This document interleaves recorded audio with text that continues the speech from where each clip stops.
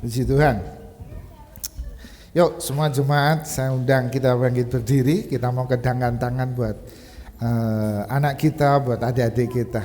Yuk semua yang di depan adik-adik, buka tanganmu. Tangannya lah kita terima berkat ya. Yuk Bapak, kami bersyukur buat pagi ini. Kami mau pastikan bahwa anak-anak kami, anak-anak adik-adik kami di depan ini Tuhan, ada Kristus dalam hidup mereka. Sejak kecil mereka mencari Engkau. Sudah sewajarnya anak-anak kecil itu mencari Tuhan dan menemukan Tuhan.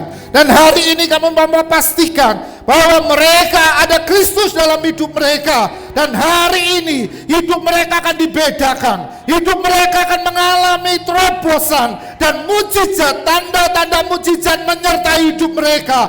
Demi nama Tuhan Yesus kami berdoa dan terjadi atas hidup mereka. Katakan amin. Amin, amin. Silakan ya, semangat ya. Itu. Puji Tuhan.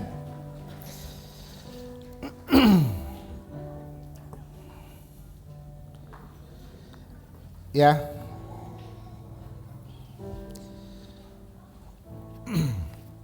Saya pada waktu tadi nyanyi Kaulah segalanya gitu ya.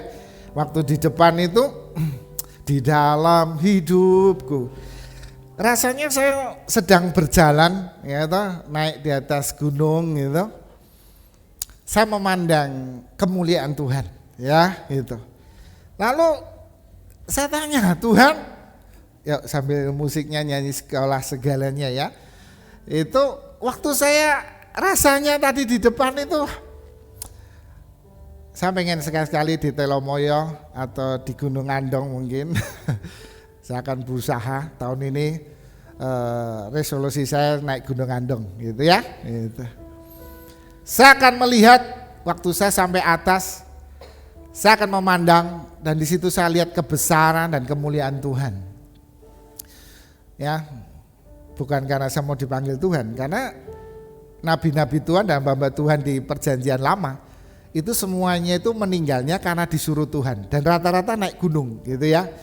Betapa hebatnya ya hamba-hamba Tuhan yang luar biasa itu disuruh naik gunung dan akhirnya diangkat Tuhan. Saya pengennya juga gitulah gitu ya. So kalau dipanggil Tuhan itu naik gunung gitu ya. Seperti Musa ya. Musa itu pada masa tuanya dipanggil Tuhan naik gunung.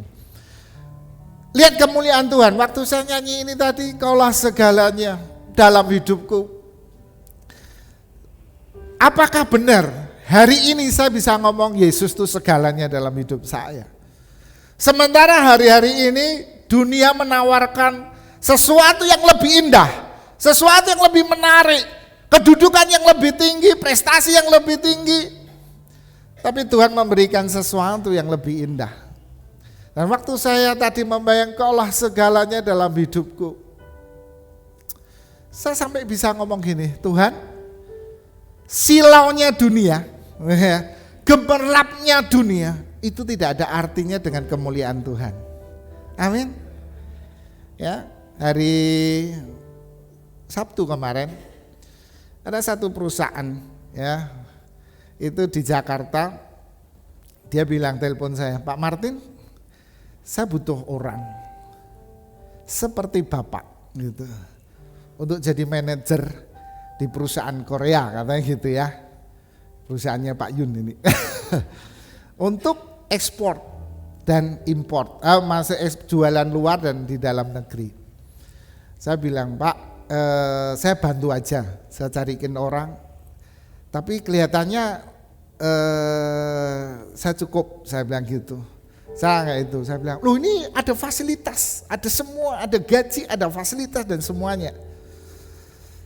Secara roh saya katakan, Tuhan, Kaulah segalanya dalam hidupku. Silaunya semuanya itu tidak ada artinya. Keindahan Tuhan itu lebih dari segalanya. Sampai keindahan Tuhan itu menyilaukan semua yang dunia tawarkan. Bisa enggak kita ngomong seperti itu? Jadi waktu kita terima gaji gitu, kemuliaan Tuhan lebih dari gajiku. Sehingga pada waktu Tuhan minta sesuatu itu yang dunia, saya kasih tahu, Kita nggak apa-apa karena Tuhan. Saya bayangkan waktu kalau kita siang hari lihat matahari, sekian detik aja lah. Kita lihat sinar matahari, tiba-tiba kalau kita sudah lihat sekian detik, kita lihat sekitar kita rasanya gelap, betul nggak? Rasanya tuh nggak ada. Demikian juga kalau hari-hari ini kita selalu masuk ke tahta suci Tuhan, kita masuk ke tahta hadirat Tuhan dan kita ketemu Tuhan, rasanya semua yang ada di sekitar kita itu tidak ada artinya. Itu yang Tuhan mau kasih tahu. Jadi tadi waktu saya muji Tuhan tuh rasanya Tuhan ngomong gitu ya. Martin, apa yang kamu banggakan? Itu. Tuhan cuma ngomong, hanya Yesus lah yang perlu kita banggakan. Amin. Ya, mau punya perasaan seperti itu? Sudah sewajarnya kita jemaat di tempat ini itu mengasihi Tuhan dengan gila-gilaan, mengasihi Tuhan dengan sungguh-sungguh. Cinta Tuhan itu dengan habis-habisan, itu sudah sewajarnya. Ya, bukan karena dikhotbahi tentang berkorban, beribadah itu berkorban, baru kita mengasihi Tuhan. Sudah sewajarnya kita anak-anak Tuhan mengasihi Tuhan dengan habis-habisan, mengasihi Tuhan dengan sungguh-sungguh, itu sudah sewajarnya. Amin. Ya, jadi harus semangat di dalam Tuhan, semangat di dalam apapun juga, itu sudah sewajarnya. Nah, kenapa kita sudah sewajarnya seperti itu? Ya, kita belajar. Yuk kita buka kitab Kolose. Ya, kitab Kolose. Kolose pasal yang pertama.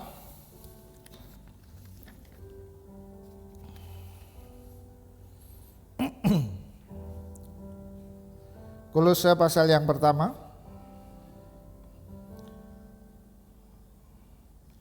Udah ketemu? Kolose pasal yang pertama ayat yang ke 25. Kolose pasal pertama ayat 25 sampai ayat yang ke 29. Kita baca sama-sama ya. Yuk baca sama-sama. Meskipun mulut kita tertutup dengan masker, tapi mulut kita masih bisa ngomong, betul ya?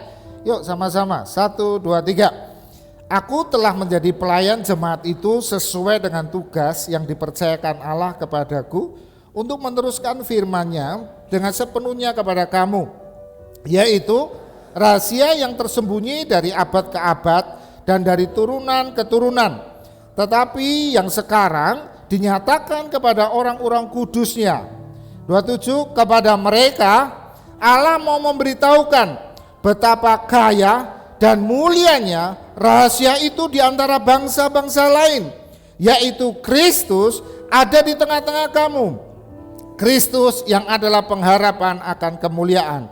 28, dialah yang kami beritakan apabila tiap-tiap orang kami nasihati dan tiap-tiap orang kami ajari dalam segala hikmat untuk memimpin tiap-tiap orang kepada kesempurnaan dalam Kristus. Christ in you, the hope of glory. Itu yang Tuhan mau. Artinya satu rahasia yang berabad-abad yang Paulus sampaikan. Ini loh. Ya, di dalam kitab Yesaya dikatakan terang Tuhan terbit atasmu. Dan pada waktu itu bingung, terang Tuhan kok bisa terbit atasku, kok bagaimana? Akhirnya di dalam kitab Kolose dijelaskan oleh Paulus. Inilah kenapa kita bisa menjadi terang. Karena ada rahasia yang berabad-abad, yaitu Kristus itu ada di dalam hidup kita.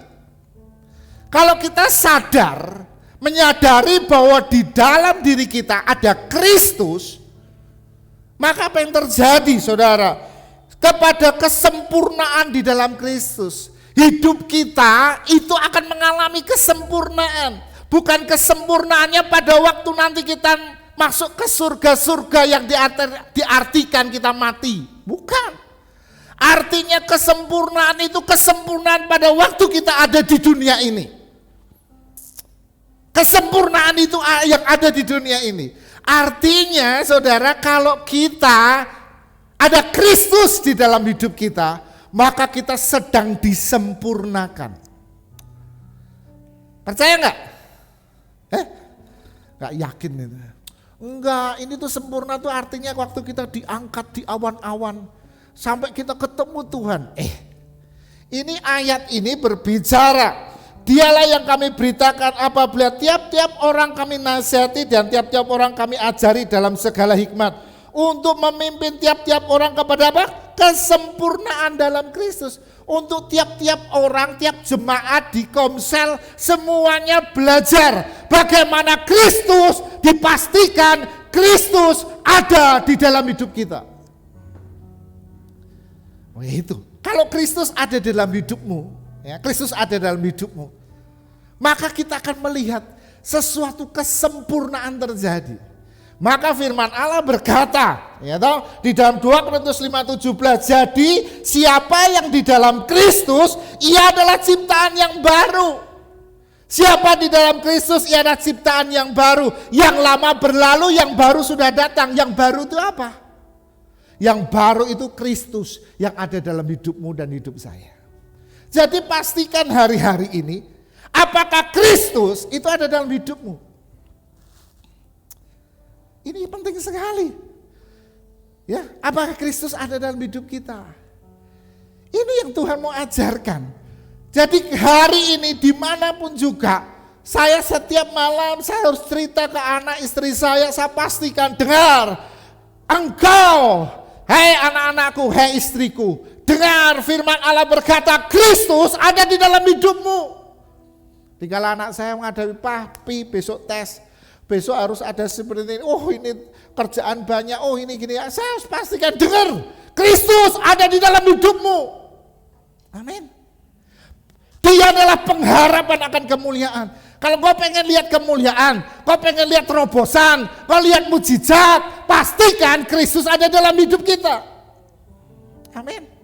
Sehingga saya tidak pernah percaya gitu, orang lamar di tempat kami, akhirnya dia bilang, wah saya tuh tipenya seperti ini. Oh ini karena orang belum ada Kristus dalam hidupnya. Kalau orang ada Kristus dalam hidupnya, dia mengalami kesempurnaan. Yang mungkin dilahirkan dengan orang yang rendah diri gitu ya. Orang yang malu-malu. Tapi kalau Kristus sudah ada dalam hidupmu, engkau menjadi orang yang berani. Amin. Karena dia sempurna. Oh bukan, saya kan orang yang di balik mimbar, saya di belakang tabir gitu ya. No, kalau Kristus ada dalam hidupmu, engkau punya potensi yang maksimal. Ada kemaksimalan, ada kesempurnaan yang Tuhan taruh dalam hidupmu. Amin. Sehingga tidak ada kata takut. Tidak ada kata tidak bisa. Pastikan itu. Buka Wahyu 1 ayat 17. Yuk buka sama-sama, Wahyu.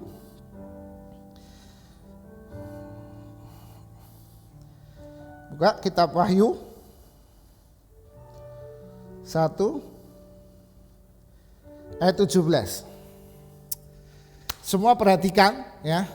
Buka hatimu, buka pikiranmu, terima firman yang hidup pagi ini. Wahyu 1 ayat 17.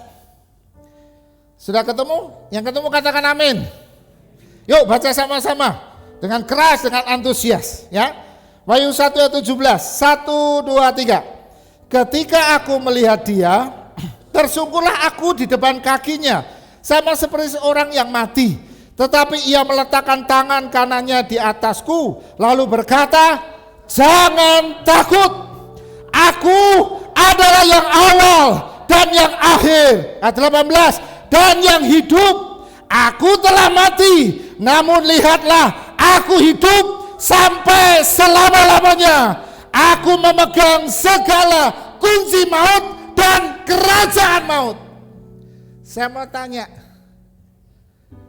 waktu Yohanes mendapatkan penglihatan di Pulau Patmos, dia ketemu dengan Tuhan. Dan saat itu Tuhan berkata kepada Yohanes, hei Yohanes, jangan takut. Loh gimana gak takut? Tadi kamu sudah ngomong gempa bumi 8. Wah ini akan terjadi gempa yang lebih besar lagi. Wah, tapi kalau ada firman Tuhan yang hidup datang pagi ini, kita gak takut. Karena dia berkata jangan takut, akulah yang awal dan akhir. Aku hidup, Aku memang telah mati, tapi aku hidup untuk selama-lamanya. Amin. Aku pegang kunci kerajaan maut. Sehingga kita bisa ngomong, maut ditelan dalam kemenangan. Kenapa? Karena ada roh Kristus dalam hidup kita. Tapi kalau hari-hari ini saudara, kau gak yakin. Pada waktu satu saat saya cerita sama anak-anak, pastikan hidup kita, Tuhan itu tetap ada dalam hidup kita. Kamu pernah dengar cerita Simpson gitu ya. Satu saat Samson itu saudaraku ya, tidur dalam belayan Delilah. Satu saat dia cerita, apa sih kekuatanmu Samson gitu. Oh, kalau dipotong mungkin jarinya kukunya misalnya gitu ya. Tapi tetap kekuatannya ada. Sampai akhirnya Samson cerita, kalau rambutku dipotong maka hilang, kekuatannya hilang. Tapi ada satu ayat di situ berkata gini, Tuhan meninggalkan Samson. Arti jangan sampai Tuhan meninggalkan hidup kita. Kalau Tuhan meninggalkan hidup kita, kamu gak bisa berbuat apa-apa. Yohanes 15 ayat yang kelima berkata, kalau kita gak nempel kepada pokoknya, kita gak bisa berbuat apa-apa. Pastikan Kristus itu ada dalam hidup kita. Kalau Kristus ada dalam hidup kita, Kristus yang seperti apa? Kristus yang di dalam kitab Wahyu, dia adalah pribadi yang dahsyat, pribadi yang luar biasa. Dia berkata, jangan takut. Gak perlu takut. Karena akulah yang awal dan yang akhir. Aku hidup dan hidup untuk selama-lamanya. Dan aku pegang kunci kerajaan maut. Artinya dia punya segala sesuatu, tapi masih takut. Karena engkau gak yakin umat yang mengenal Allahnya, dia akan kuat dan bertindak. Pastikan setiap pagi firman ini, saya katakan setiap pagi saya deklarasi firman ini. Aku katakan, aku pastikan, aku mengenal Allah yang hidup. Engkaulah yang awal dan yang akhir. Lalu saya bahasa roh-roh lama, sikara lama-lama. Engkaulah yang awal dan yang akhir. Engkau hidup dan hidup untuk selamanya.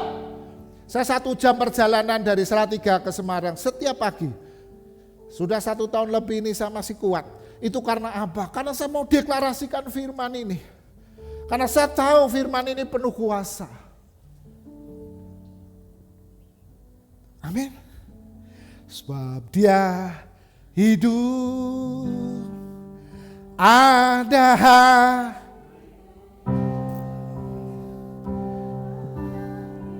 sebab dia hidup, ku tak gentar. Karena ku tahu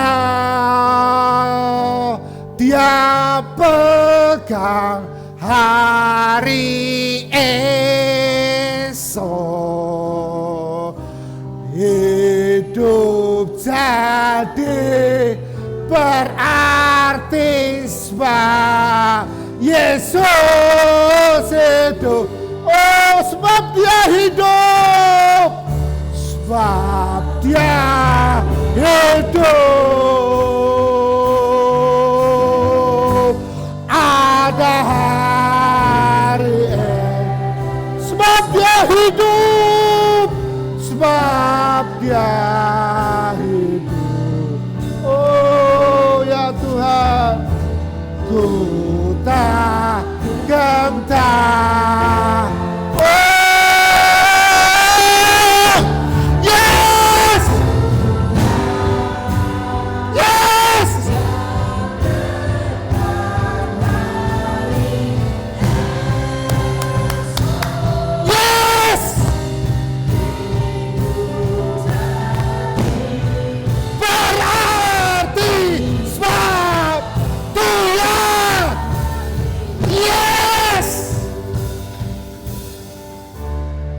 Siapa waktu saya mujikan ini ikut nyanyi siapa? Apa yang kamu rasakan? Siapa yang ada damai sejahtera? Siapa yang ada sukacita? Itu yang kamu harus alami setiap minggu. Setiap minggu harus ada firman yang hidup. Dari mimbar ini harus ada firman yang hidup. Yang menumbuhkan imanmu. Yang membuat kamu alami mujizat. Amin. Amin. Itu harus terjadi. Sebab dia hidup.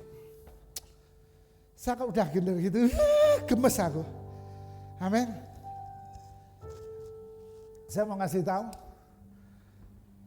1 minggu yang lalu, saya ikut ibadah seharian di Jogja. 4 session. Dan itu luar biasa, menguras untuk dengar firman, deklarasi firman. Selesai ibadah, saya ketemu anak-anak zaman persekutuan, zaman gereja awal. Dan anak-anak itu bilang gini, Kak Martin, bagaimana kita menggoncangkan dunia ini lagi?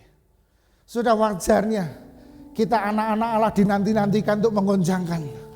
Waktu anak-anak itu tanya gitu, saya tuh rada meleret gitu. Apa cek iso? Kak inget 1000 anak muda, kita berkumpul bersama-sama, kita deklarasikan firman. Itu pernah terjadi. Saya mulai meleret. Tuhan, apa aku cek iso Tuhan? Akhirnya aku nangis. Dan aku berkata, Tuhan, aku pengen ngalami kemuliaan Tuhan yang lebih dahsyat lagi. Amin. Kristus ada dalam hidupku. Amin. Hari ini kita mau gerejanya di tempat ini. Kita harus punya dampak. Bukan hari ini gereja ini jadi olok-olokan. Gereja ini hanya dianggap sebelah mata. Gereja ini dianggap gak ada apa-apanya. Dengar. Mari kita sama-sama tunjukkan kepada dunia bahwa Allah kita itu dahsyat.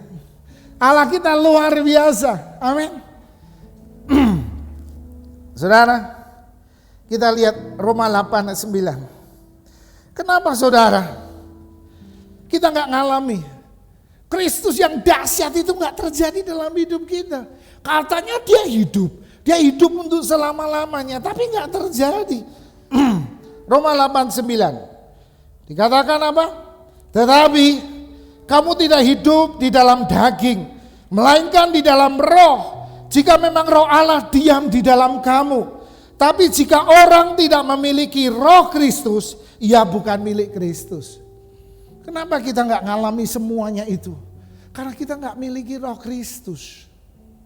Cepat aja kita buka ya di dalam Kisah Rasul. Kisah Rasul 19. Kisah Rasul 19. Udah ketemu? Kisah Rasul 19. Ayat yang pertama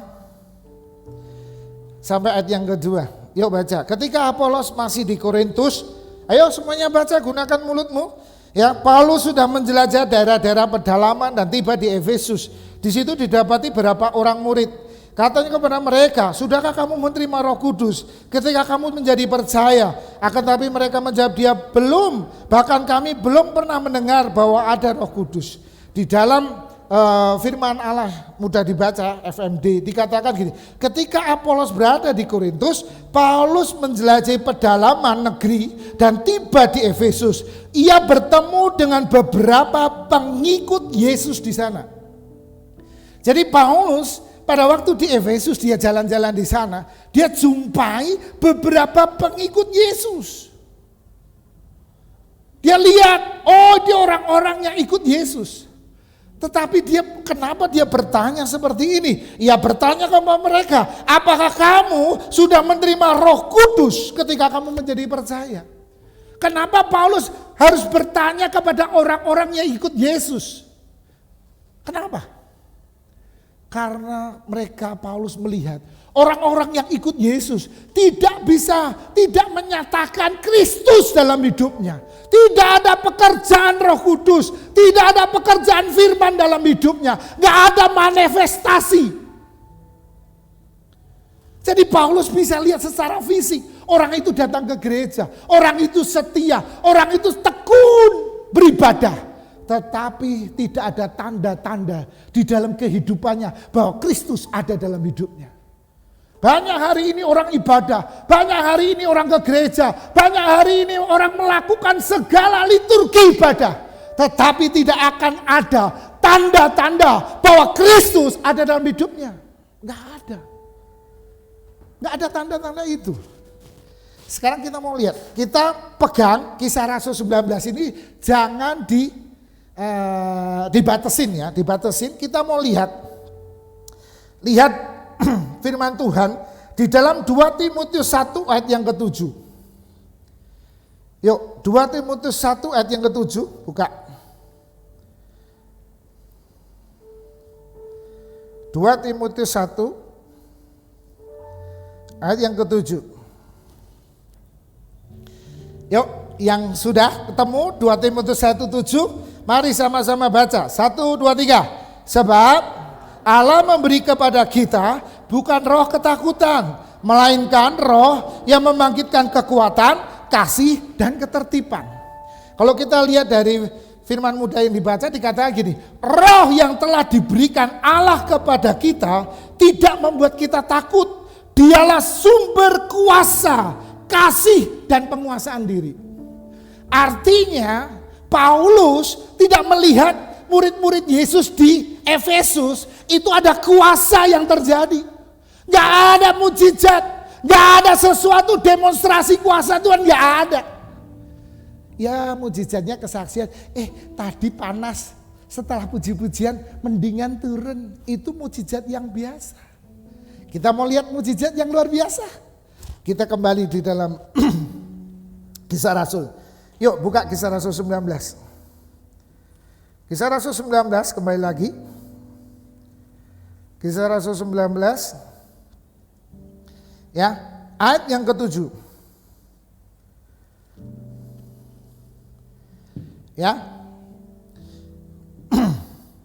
Udah ketemu? Ayat 7. 1, 2, 3. Jumlah mereka adalah kira-kira 12 orang. Ya, gereja ini kecil. Jumlah jemaatnya berapa? 12 orang. Kita jumlahnya puluhan. Kadang-kadang ratusan. Betul?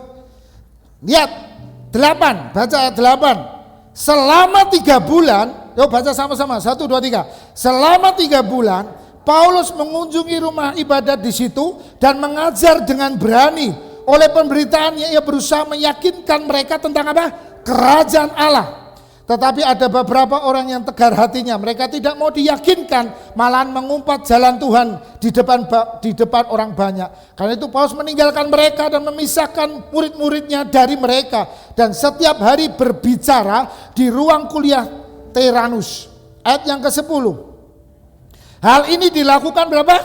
2 tahun lamanya. Sehingga semua penduduk Asia mendengar firman Tuhan. Baik itu orang Yahudi maupun orang Yunani. Ingat saudaraku, dia 2 tahun itu bisa menangkan Asia. Memberitakan Injil itu bisa diberitakan di Asia. Dengan 12 murid. Yang pergi Paulus enggak? Bukan, murid-muridnya. Ya. Ayat yang ke-12. Ini luar biasa. Ya, baca dengan keras. Ayat yang ke-11 ya, 11 sampai 12. 1, 2, 3. Oleh Paulus Allah mengadakan mujizat-mujizat yang apa? Yang apa? Yang apa? Apa mujizat? Bedanya mujizat biasa dan luar biasa. Sekali-kali kita harus ada khotbah. Mujizat biasa dan luar biasa dan dipraktekkan. Makanya kita harus doa itu deklarasi. Mau gempa berapa? Sebelum gempa kita katakan berhenti. Amin. Jangan tunggu banjir dulu baru doa. No. Kalau hujan lebih 2 jam. Kalau lebih 2 jam itu akan banjir. Itu hentikan 2 jam itu. Amin. Ini mujizat yang luar biasa. Bukan kesaksian, aku demam, tenggorokanku ndak enak, tadi memuji, kaulah segala sembuh, itu biasa.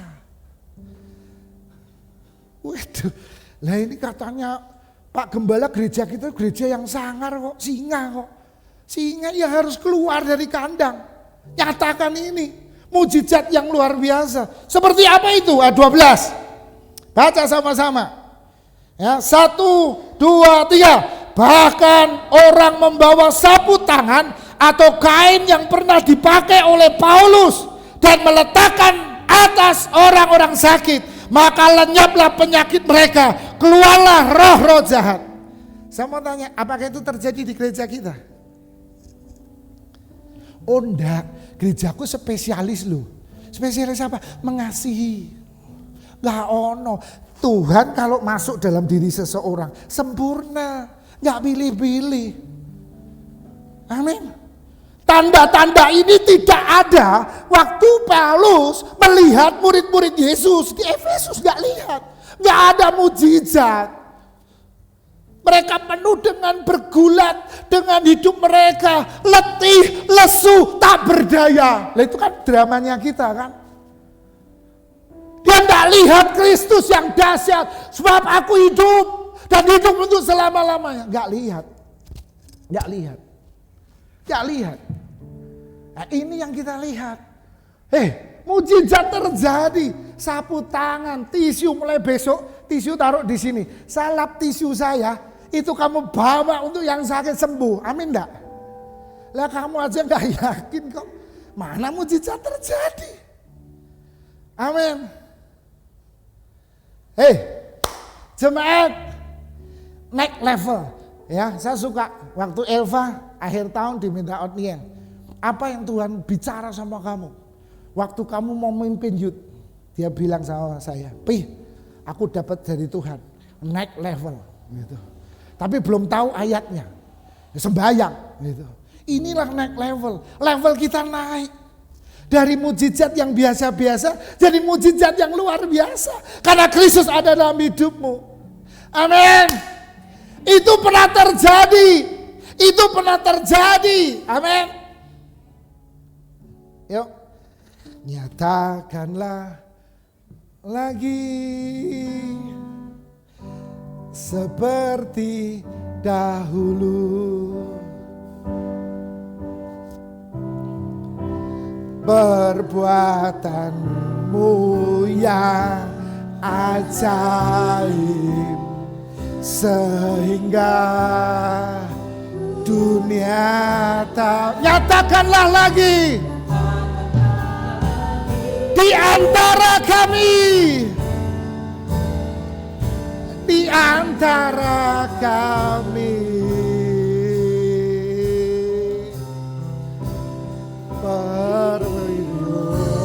Aku nyatakanlah sekarang. Saya mau tanya, musik band nyanyikan ini, siapa rindu gereja kita dibangkitkan seperti yang pernah terjadi? Amin. Orang datang sakit, tidak butuh lama mujizat terjadi. Kombun memang ngomong, ya, Kombun dapat pernyataan Andi yang akan dipakai Tuhan kesembuhan. Tapi hari ini saya ngomong seluruh jemaat, aku akan dipakai Tuhan. Aku akan menyampaikan kabar baik, tanda-tanda mujizat menyertai hidupmu. Karena hari ini sudah waktunya gereja dipulihkan, hidupmu dipulihkan, hidup saya dipulihkan untuk menyatakan kuasanya. Kita nggak mau jadi gereja yang kalah dengan maut. Kita nggak mau gereja yang kalah dengan dunia. Sudah waktunya gereja dibangkit. Kata di belakang, lihat tuh kata di belakang. Lihat semuanya. Lihat kata apa? Bangkit. Mari bangkit berdiri.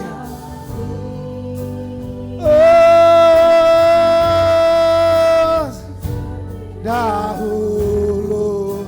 Yes, amin. Mari kita punya kerinduan yang sama. Pujikan ini sebagai doa kita. Tuhan sedang pulihkan.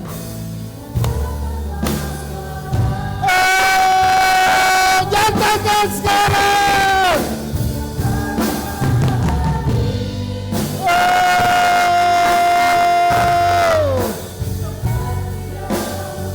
Perbuatanmu yang ajaib. Perbuatanmu yang ajaib sehingga dunia tak. Nyatakanlah di antara kami,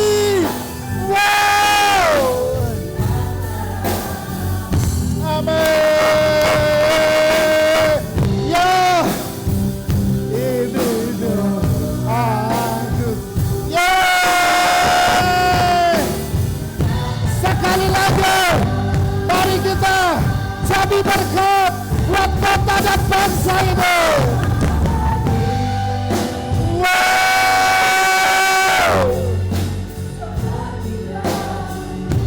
Amin, amin. Perbuatanmu yang ajaib.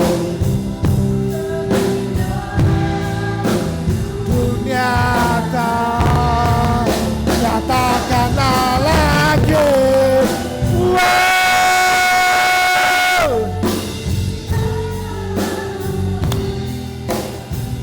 Amin. Ini doaku. Nyatakanlah sekarang. Silakan duduk. Saya berdoa pulang dari tempat ini kau punya kerinduan yang sama seperti saya. Bahwa itu harus terjadi kembali. Bahwa mujizat-mujizat harus terjadi lagi. Kuasa mujizat kesembuhan terjadi lagi. Mengusir setan terjadi lagi. Dikatakan roh di dalam dirimu itu lebih besar daripada roh dunia. Tapi ayat di dalam firman Allah yang hidup dikatakan gini, roh ada pribadi yang besar ada dalam hidupmu dan mengalahkan nabi-nabi palsu. Artinya ada sesuatu yang besar dalam hidup kita. Gak perlu takut hari ini. Hari ini dunia butuh perbuatan yang besar. Indonesia, kota kita butuh sesuatu yang besar dari kita di tempat ini. Amin. Kita harus yakin. Kita harus yakin.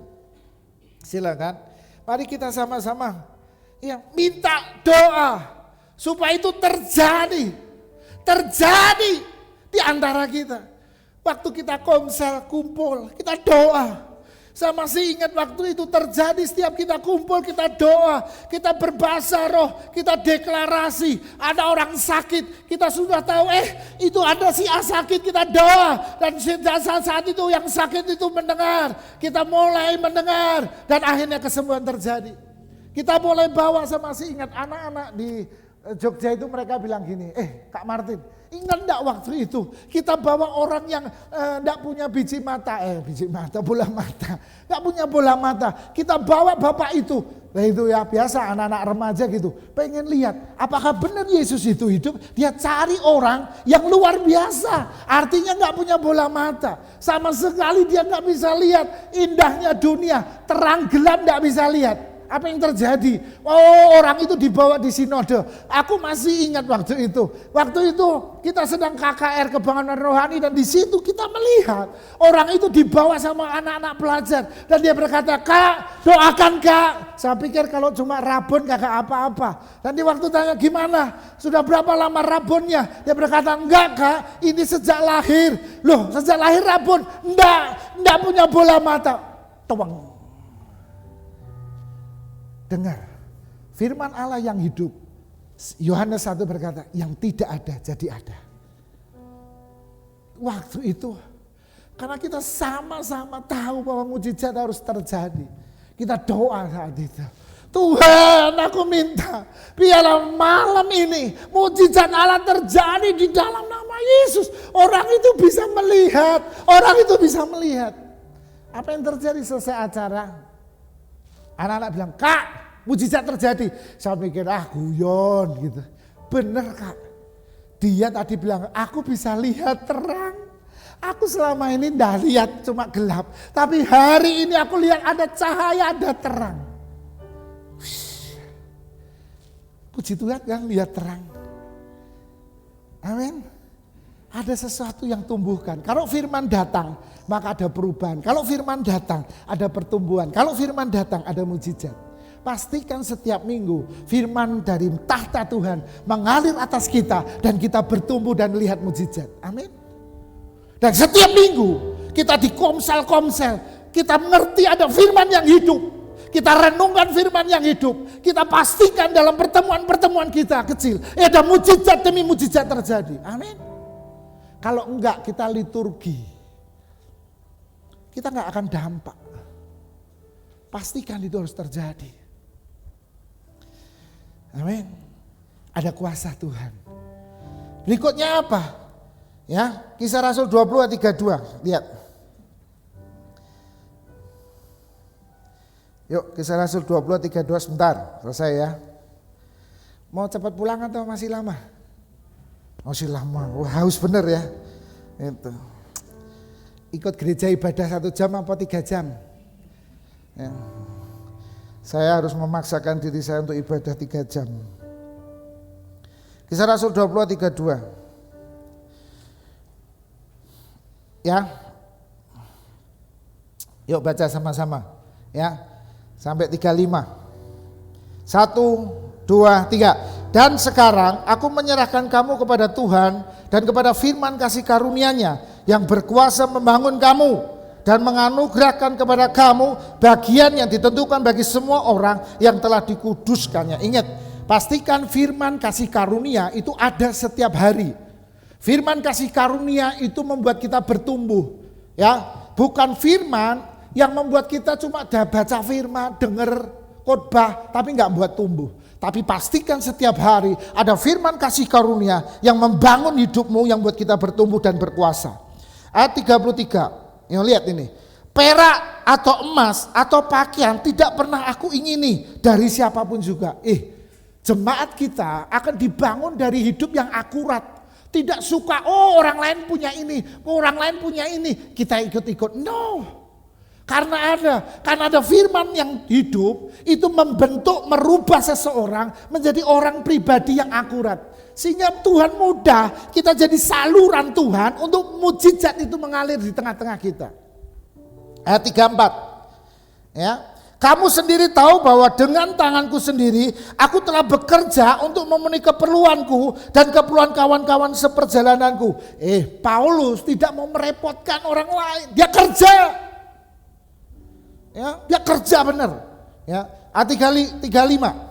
Dalam segala sesuatu, ini lihat cara untuk kita bisa membuat jemaat Efesus itu dengan 3 bulan bisa sampai Asia itu bisa dimenangkan, itu bagaimana? Ayat 35, dalam segala sesuatu telah kuberikan contoh kepada kamu, bahwa dengan bekerja demikian, kita harus membantu orang-orang yang lemah dan harus mengingatkan perkataan Tuhan Yesus. Sebab Ia sendiri telah mengatakan, adalah lebih berbahagia memberi daripada menerima. Paulus menjadi teladan. Saya masih ingat, Kombun dulu ngader saya gini, yuk tajak ngusir setan, saya diajak. Dia ngusirnya 1, Kombun praktek 1 ngusir setan kelepasan, yang 20 ditinggal. Mulai ya aku, mbok layani. Artinya saya lihat, Kombun tadi cara numpang tangan ini, gayanya ini, perkataan ini, demi nama Yesus, setan pergi. Ya saya ikutin semua. Ada teladannya. Amin. Ada teladannya. Dan itu yang kami lakukan. Ya, jangan setelah itu. Makanya nanti kalau suatu saat sekali-sekali jemaat, siapapun jemaat, baik keluarga, Pak Bambang, siapapun, sekali-sekali Kombun pelayanan tinggal mereka. Suruh khotbah 2 jam, 3 jam, 3 session kasih ke Pak Bambang, Cik Tin, semua orang di sini suruh khotbah. Supaya mereka yang dikhotbahkan itu bukan teori, tapi firman yang hidup. Amin.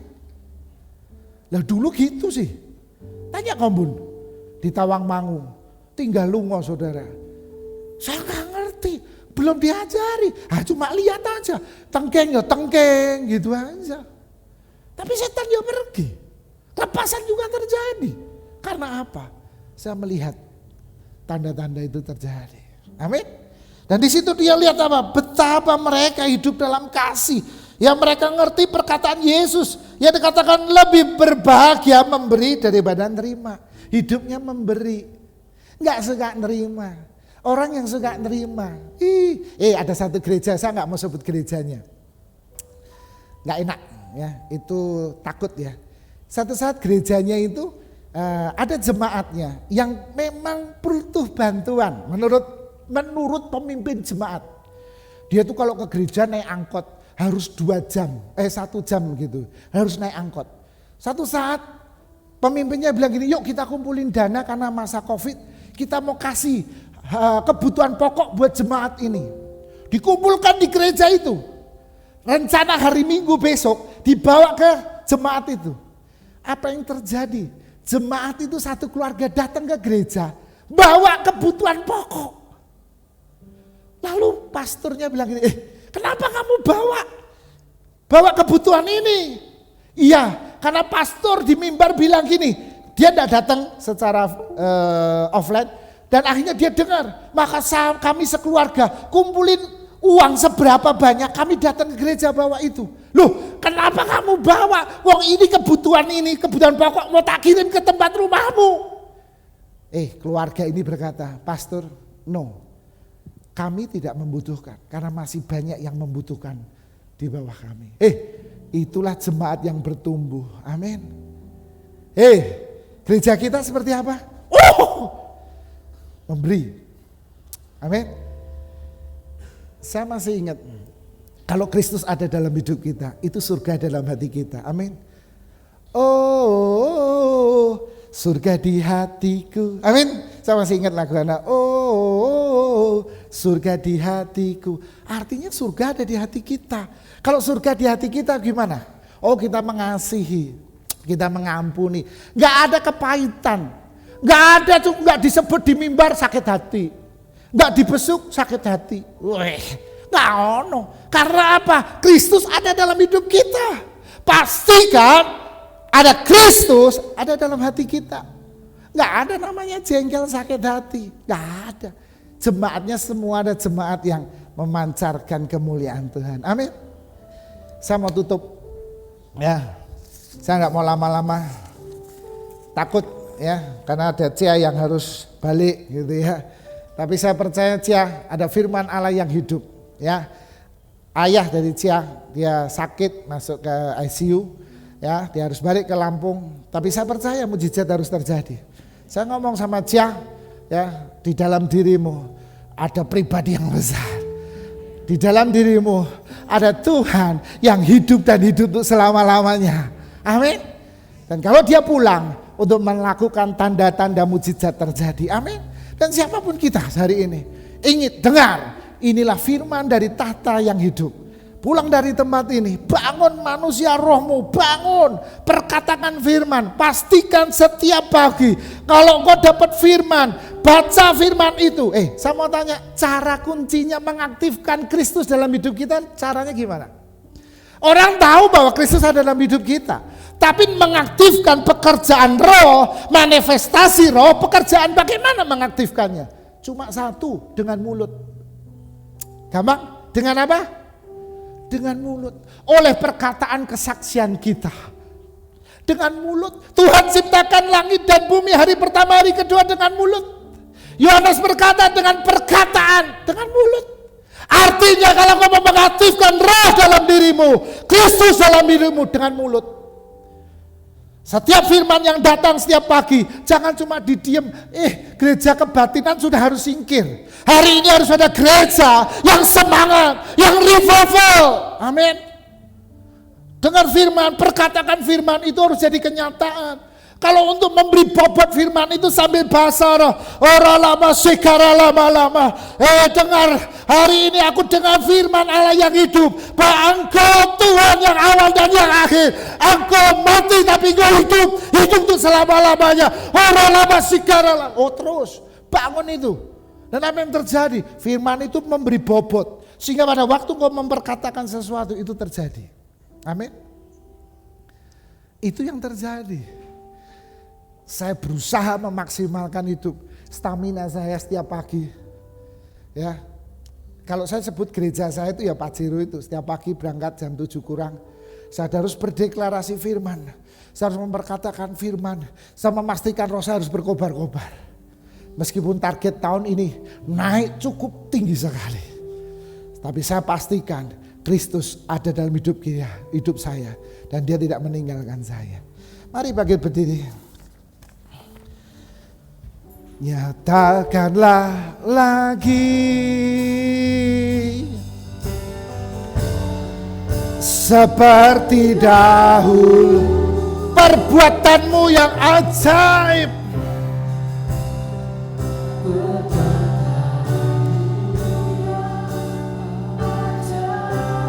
sehingga Salatiga Indonesia tahu. Nyatakanlah lagi, di antara kami. Ini doaku, ini doaku. Nyatakanlah sekarang. Angkat tanganmu. Nyatakanlah lagi. Nyatakanlah lagi. Ya Tuhan.